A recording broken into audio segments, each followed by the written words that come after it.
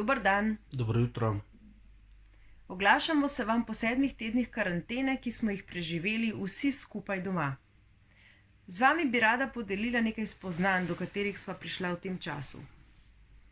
Zame osebno je bila karantena velik preizkus. Sem namreč človek načrtov. Če vem, kaj se mi bo zgodilo naslednji dan, teden, mesec, sem mirna. Karantena je seveda vse to postavila na glavo. Načrtov za naprej nismo mogli več delati. In naučiti sem se morala živeti s svetopisenskim citatom: dovolj je dnevu lastna teža.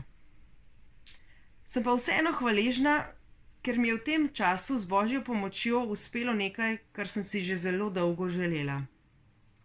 Navadila sem se vstajati zjutraj prej. Budilka mi zvoni pred 5. In pred karanteno bi jo ob takem času verjetno samo ugasnila in spala naprej.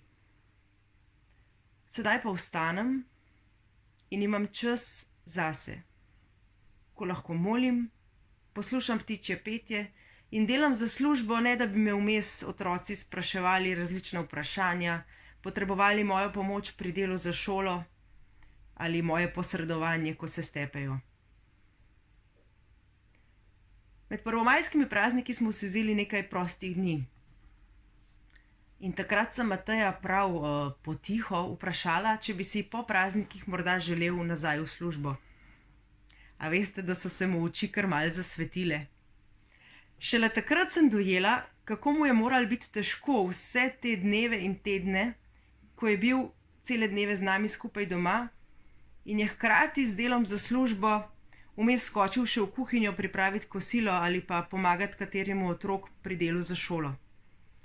Zato sem mu hvaležna za vse te dneve, ko je ostajal z nami doma. Od tega tedna smo z otroci čez dan sami.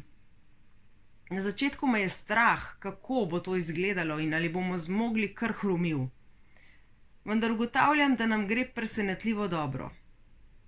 Otroci so bolj ubogljivi in manj se prepirajo.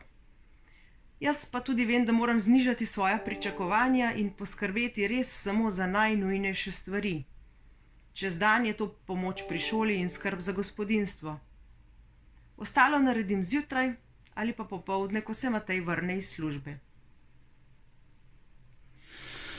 Ja, jaz sem pa hvaležen za ta čas, ko smo bili lahko več skupaj, ker sem veliko spoznal o svojih otrocih v tem času, njihove sposobnosti, talente, ki jih prej nisem imel časa opaziti.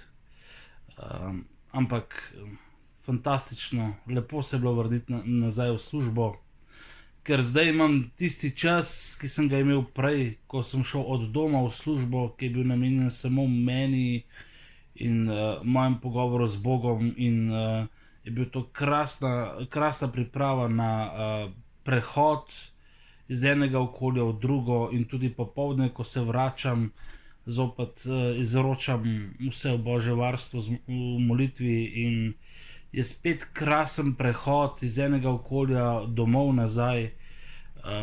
In to mi je ko voda v Sahari potrebno. In zame kot moškega je veliko lažje delati eno stvar naenkrat, saj veste, možje, a ne, osredotočen si na eno stvar.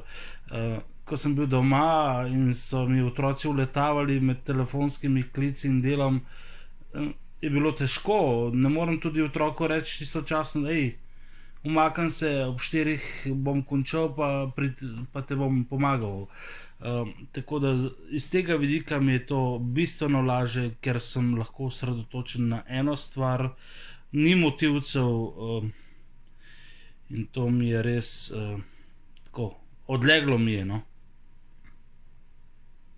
Hvala, ker ste nas poslušali, in želimo vam, da bi lepo preživljali tele majske dni in jih izročali v Marijino varstvo. Božjega žegda vsem. Srečno! Z Bogom!